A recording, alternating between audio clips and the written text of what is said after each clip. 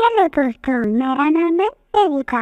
मैं लाई हूँ आपके लिए रोचक कहानी। तो चलिए देखते हैं।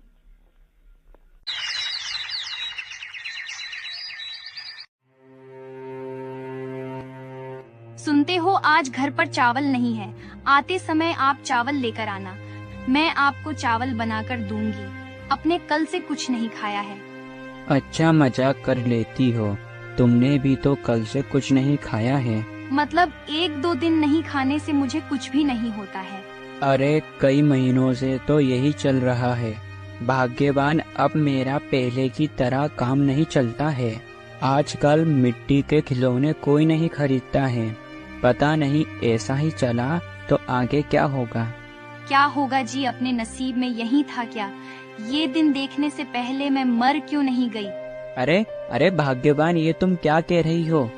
अरे भाग्यवान, मैं कुछ काम से बाहर जा रहा हूँ और इस बीच में ऐसी अशुभ बातें नहीं करते, अमंगल होता है। सुनो सुनो, कभी भी किसी से कुछ मत मांगना। और फिर एक कहावत है ना कि जिन्होंने हमें जीवन दिया है वही हमारी नैया पार लगाएंगे। मैं आज जंगल की ओर लकड़ी काटने जा रहा हूँ। मैं उन लकड़ियों को काटकर बाजार में बेच आऊंगा, जिससे हमें आज का खाना तो मिल ही जाएगा। ठीक है भाग्यवान, अब मैं चलता हूँ। रामू अपने घर से जंगल की ओर निकल जाता है। थोड़ी दूर जाने पर ही उसे एक घायल अवस्था में एक बंदर नजर आता है। अरे बाप रे, ये बंदर का ये हाल किसने किया? मुझे तो लगता है कोई जंगली जानवर ने इस बंदर का ये हाल किया है। बेचारा दर्द के मारे बेहोश हो गया है। अगर ये बंदर ज्यादा समय तक ऐसा रहा तो इसकी जान भी जा सकती है। एक काम करता हूँ, मैं इस बंदर को अपने घर ले जाता हूँ। मैं वहीं इसकी देखरेख करूँगा। अरे बाप रे बाप, ये बंदर को चोट कैसे लगी? पता नहीं भाग्यवान, जब मैं जंगल की ओर लकड़ियां काटने जा रहा था तब मुझे यह बंदर घायल अवस्था में दिखा, तो मैं इसे अपने घर लेकर आ गया। मगर हम इस बंदर का क्या करेंगे? हमारे पास तो इतने भी पैसे नहीं हैं जो हम इस बंदर का इलाज करवा सकें। मगर भाग्यवान, मैं क्या करता? यह बंदर की हालत देखकर मुझसे रहा नहीं गया और मैं तुरंत ही इसे अपने घर लेकर आ गया। तुमने बिल्कुल सही किया। हमें जीव जंतु की जान बचानी चाहिए। मगर भाग्यवान, तुम बिल्कुल भी चिंता मत करो। मैं अभी जंगल में जाकर लकड़ियां काटकर उन लकड़ियों को बाजार में बेचकर इस बंदर के लिए औषधि लेकर आता हूँ। और भाग्यवान, हम दोनों के लिए भी मैं कुछ खाने को लेकर आऊंगा। जब तक तुम इस बंदर की चोट पर कुछ जड़ी बूटियां लगा दो। इतना कहकर रामू अपने घर से निकल जाता है। रामू जंगल में जाकर लकड़ियां काटने लगता है और जब तक कजरी बंदर के जख्मों पर जड़ी बूटियों की औषधि लगा देती है। चलो, आज मैंने ढेर सारी लकड़ियां काट ली। अब मैं इन लकड़ियों को बाजार में बेचकर आता हूँ।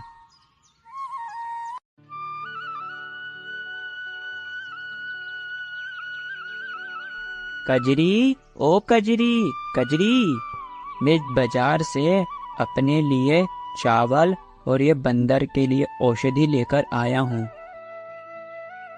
केवल इतने से चावल? ये चावल तो आज रात में ही खत्म हो जाएंगे। हम कल क्या खाएंगे? अब मैं क्या बताऊं, उन लकड़ियों को बेचकर मुझे कुछ ही पैसे मिले थे। ठीक है, जाकर आप हाथ मुंह धो लो। मैं जब तक हमारे लिए खाना तैयार करती हूँ।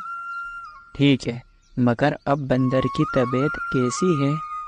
अभी कुछ समय पहले ही मैंने उसके जख्मों पर औषधि लगा दी है, मगर अभी तक वो होश में नहीं आया।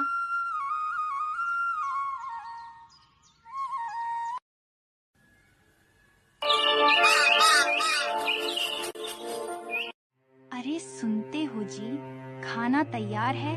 आप आकर खाना खा लो। तुम्हें फिर जंगल की ओर लकड़ियां काटने भी जाना है।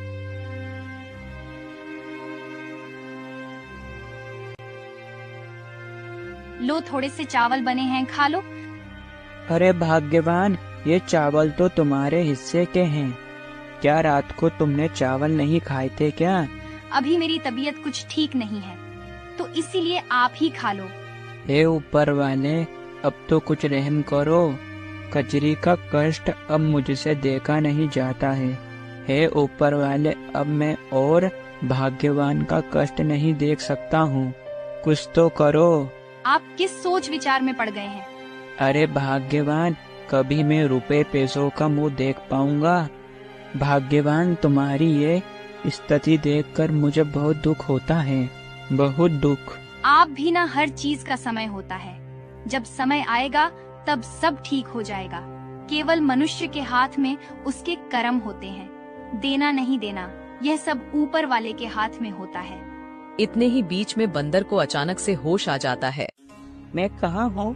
बंदर के बोलते ही रामू और उसकी पत्नी कजरी चौंक जाते हैं।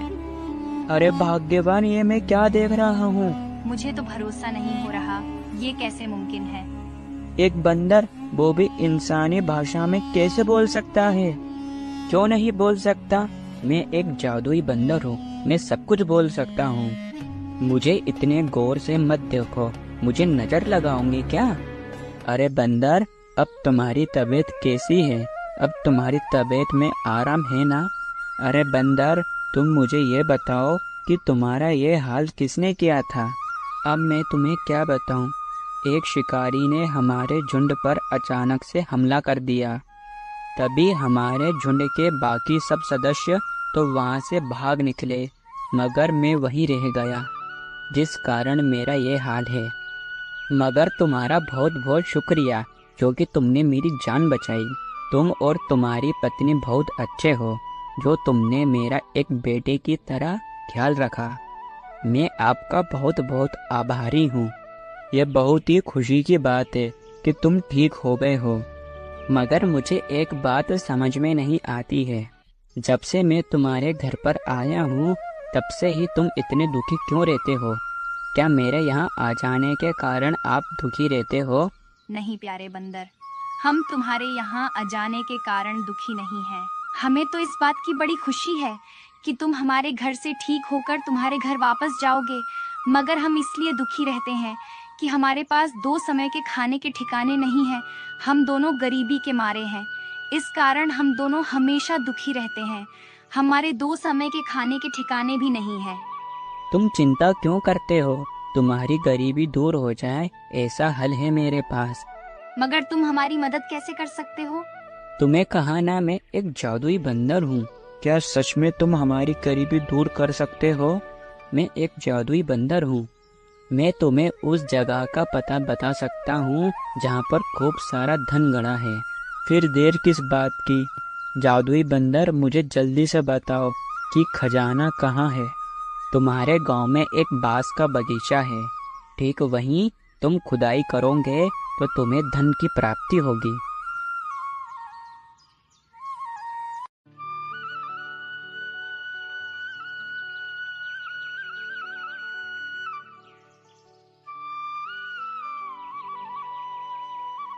रामू बंदर की बात के अनुसार उसी जगह पर जाता है।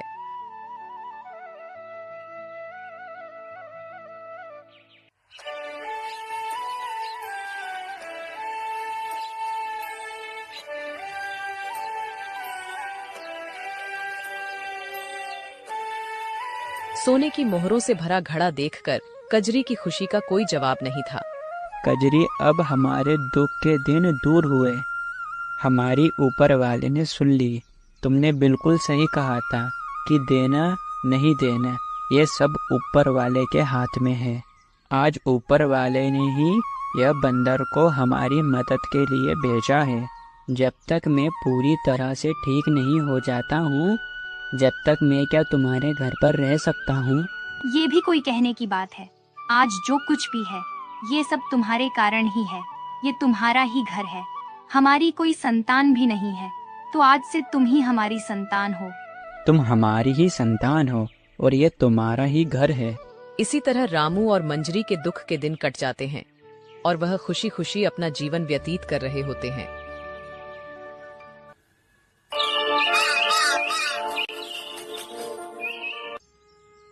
एक दिन जब अरे बहन, तुम्हारे कानों में ये सोने के झुमके कितने अच्छे लग रहे हैं।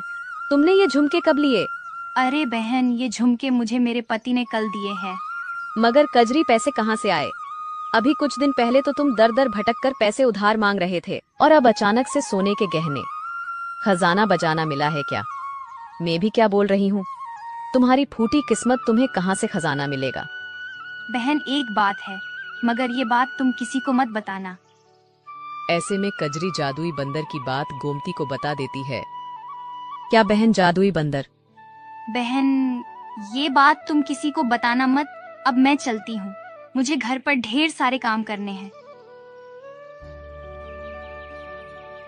वही सोचूं मैं, अभी कुछ दिन पहले तो इनके पास फूटी कौड़ी भी नहीं थी और अब सोने के गहने।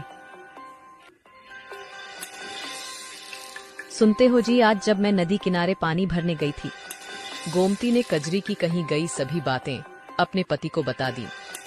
जब भी सोचू भाग्यवान, एक दो रोज से रामू बड़ा खुश दिख रहा है। जरूर उस बंदर ने उन्हें कुछ खजाना दिया होगा। तुम ये सोचते रहोगे क्या? अब कुछ करोगे भी? मुझे भी कजरी की तरह बहुत सारे गहने चाहिए।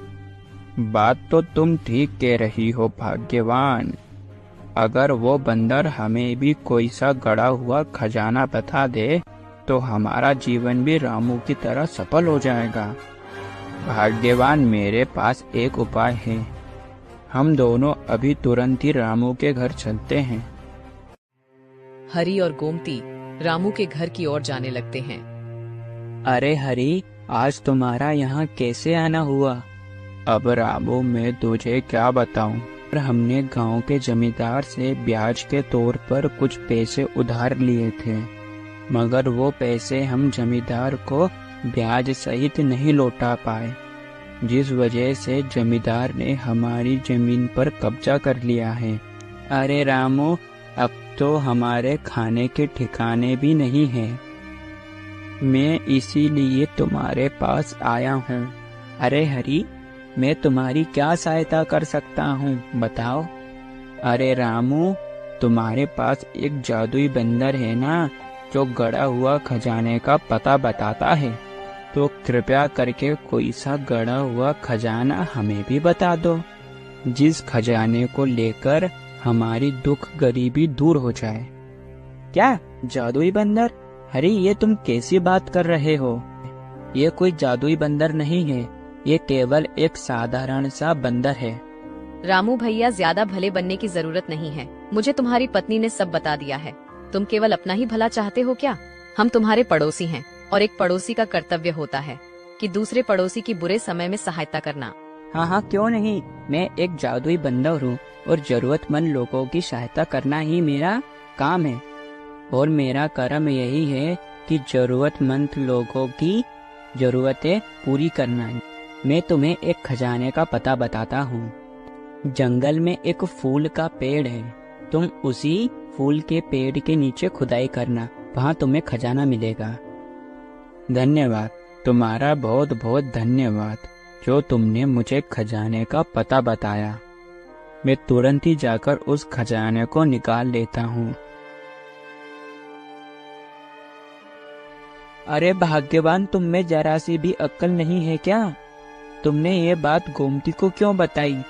मुझे माफ कर दो, मुझे नहीं पता था कि गोमती ये बात उसके पति को बता देगी। मुझसे बहुत बड़ी भूल हो गई, मुझे उसे ये बात बतानी नहीं चाहिए थी। अब देखना, वो हरी एक नंबर का लालची है। वो खजाना मिलने के बाद फिर यहाँ आएगा और खजाने का पता पूछेगा। अगर ऐसा ही चलता रहा तो पता नहीं ये बंदर खतरे में नहीं आ जाए। अरे तुम मेरी चिंता बिल्कुल मत करो, मेरा कोई कुछ नहीं बिगाड़ सकता है।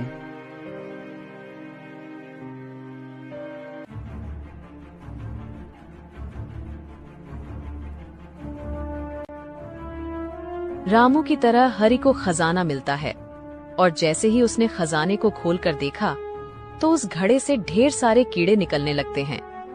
अरे बाप रे बाप, भाग्यवान, ये क्या है? इस घड़े में से तो इतने सारे कीड़े निकले।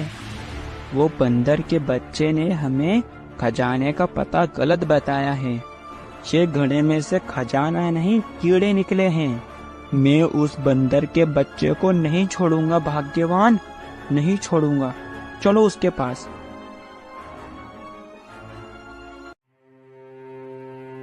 अरे हरी, ये तुम्हारा हाल किसने किया?